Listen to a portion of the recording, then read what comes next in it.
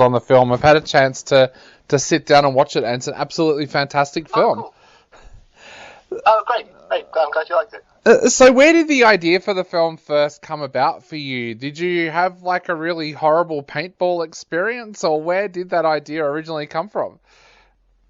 Well, I did actually, but the film it was the producer Brendan and the director Darren and Joe, the other producer. They sort of came to me with the idea, and it was a thing they'd been working on for a while. But at that point, they just had the sort of basic concept of I don't want to spoil it, but the thing that happens sort of half an hour in. Yeah. I guess the massacre. that was that. They had that idea, and they had the idea of the way some of the people were going to be killed, and that it was a school reunion, and that's what they sort of came to me with because we'd worked on some stuff before, and then so I sort of took that and yeah, I did have a really awful paintball experience. I included there were a few bits of that. that found its way into the film as well. Like, I mean, the one I went on, like, there's one character who's sort of really hungover and is trying not to be sick the whole day, and that's definitely from experience. So, how difficult is that for you as a screenwriter when a producer and a director comes to you with an idea like that? Is it a completely different writing process from then on, if like compared to if the idea was yours originally? Yeah, in some ways it's easier because there are certain parameters that are set, and especially with this one, they sort of knew fairly early on that where they were going to film it. Well, they didn't have a location, but they knew it was all going to be outside. There were certain parameters that were already kind of set, kind of based on the budget and what they had access to. So, and in some ways that's quite good because it means that it's easier to be limited in that way, because then you can't just go crazy. You kind of go, right, okay, this is what I have to do. I think it becomes more difficult when obviously people have sort of set ideas of what characters should be like and what they want to do, and you can, like, I mean, not particularly in this project, but you can run into problems if someone's got a set idea of how a character should be, and then you come in with a different idea that sort of clashes with it. That can be difficult sometimes, but with this one, it was fairly straightforward, I think. Yeah, you mentioned that they knew where they were going to film. Did you go to the location to try and get some inspiration? No, well, actually, I say that they knew they wanted to film in a sort of outside area. They didn't quite have the exact location, but no, I didn't. I mean, this is I suppose the difference really, because I based it very much on this one experience of paintball I'd had, which was in the end was quite similar. But like, I mean, the one I did was in the middle of it was in a forest basically, and where we ended up doing it was kind of a bit of forest and a bit of it was mostly in a quarry. But yeah, it was fairly similar. But I didn't actually go, because I didn't go to any of the shoots either. But I went down for a day when they did some reshoots. Yeah. So it wasn't until then, which was right at the end of the whole process, that I got to see the location. So I remember there were a few bits in the script that we couldn't do, or that didn't quite end up in the sort of same sort of location that I'd written, but because that was kind of it then had to be adapted based on what they'd found. But for the most part, we were outside in a kind of woodland area, so it was okay. You mentioned that they already had the original idea there. Were you able to bring some of your creative side in with some of the characters and create some of the characters as well? Yeah, I mean, a lot really. All they had for the characters was they had without giving too much away, I guess what the characters do for a living, their jobs, is sort of important to the story, and they had a few of those jobs kind of worked out, but that was it really. They didn't have names, so most of the characters I came up with when I was writing it, and it was really important to me that the characters were interesting and that you got along with them, because I think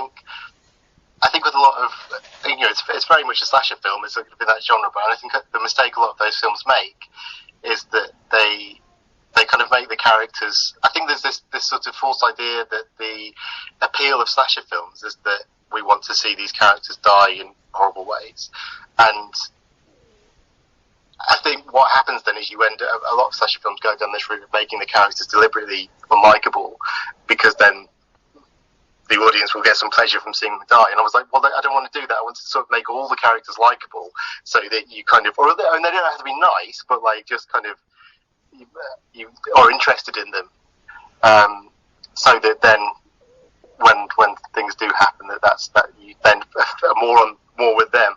But yeah, that was the idea. But yeah, all of that came from it was a combination. The characters came from a combination of people I knew, different parts of my personality, I suppose, split into different characters and things like that. Yeah, I know from my own experience of screenwriting that sometimes you get a favorite character and you might not want to kill that character or something like that. Was there a character in this that you found was really easy to write and became your favorite character? Yeah, I mean, I think the character of Sarah, who's like this kind of stoner, she's a carpenter in the film, and I think she was probably my favourite going in.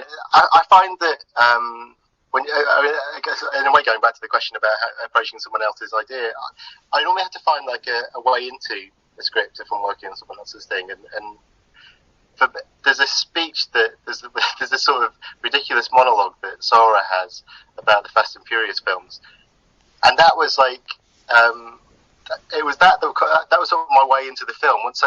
Originally it wasn't Fast and Furious films. Originally it was a monologue about Star Trek films. It was about Star Trek 5. I'd sort of had this monologue written. It was for another project, and it was this sort of this stoner monologue about how great Star Trek 5 is, and I was like, oh, that might fit here, and then I kind of worked it in that she was this big Star Trek fan, and that, which we didn't end up using, we changed it, but that, figuring that out was sort of set the tone then for the whole thing, that it would be this, that it would be funny, I suppose. I mean, I think before then, it wasn't really a comedy, it was more of a straight slasher film, but then once I kind of figured out that character, and I knew it was going to be hard to take this too seriously, but I thought, well, okay, no, this is about the way these characters react to it. It's not funny as in it's full of gags, but it's like this is how these characters are going to react to it. They're going to be their normal self-obsessed selves, and that will be funny. Yeah. So yeah, I think she was my favourite, but I think there's another character, Lauren, who is I wrote to be kind of deliberately awful, and she was quite a lot of fun to write in the end. Like it's one of those characters you would not want to spend any time with ever, but watching them react to the situation and sort of say the things that no one would ever really say, and be sort of rude and horrible about people, yeah. That's quite fun to write as well. I always think that comedy, horror, as two genres combining, are the hardest two genres to combine, and I've seen a lot of movies over the years where they've either gone too far to the horror side or they've gone too far to the comedy side. As a writer, how did you make sure that you got that perfect middle ground between comedy and horror for the film? I think it is really difficult. For me, it was about the what's happening is real. The horror element was always kind of real and sort of meant to be scary. But as I said, it's the way the characters react to it would be funny. It would be, because I find that in life, that, I mean, I know people are different, but I think for me, when something really bad happens, my immediate response is to make a joke or to find something funny or to sort of laugh about it. Like that's my sort of way of not dealing with it, I suppose. But and I think I was like, well, that's probably what would happen in that situation. They're going to be there for a long time doing this. Because of the type of people that they are, they probably would sort of fall out, but also, become really petty, and and make jokes, and sort of, it would be sort of funny. So that, yeah, I think that was how I tried to balance it. Was was making sure all the sort of the deaths and the stuff that the killer's doing is still quite hardcore and serious, but the way the characters are reacting to that is where the comedy comes from. Yeah, definitely.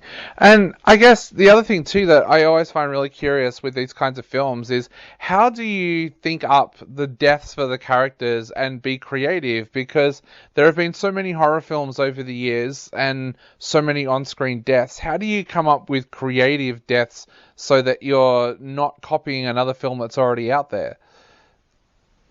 I think that was a bit more, with this, that was a bit more collaborative, because it was a lot to do with what was going to be possible on the budget, and we discussed a lot of it ahead of time. I mean, they already had a few of them sort of when they had the idea, when they came to make the idea, there were already a few of those deaths were already worked out, and it was more about working out the logistics of them. But like there's one of the characters. I won't say which one, trying to spoil it, but like one of the characters was supposed to be fully skinned. Was supposed to be sort of, which was probably the most ambitious one that I wrote. And I think on the day there just wasn't time. What they do in the film works absolutely fine, and you would never know. And it sort of fits what the killer was sort of trying to do. But it was things like that. There were things where it was like we can't do that. Yeah. Depending on the budget. But with this one, the idea was that the deaths would all be related to what the character does for a living in some way.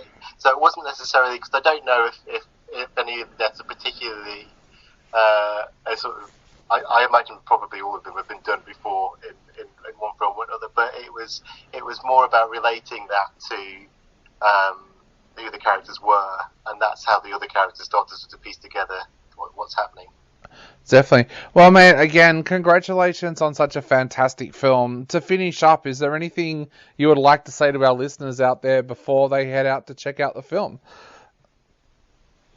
I would say just enjoy it.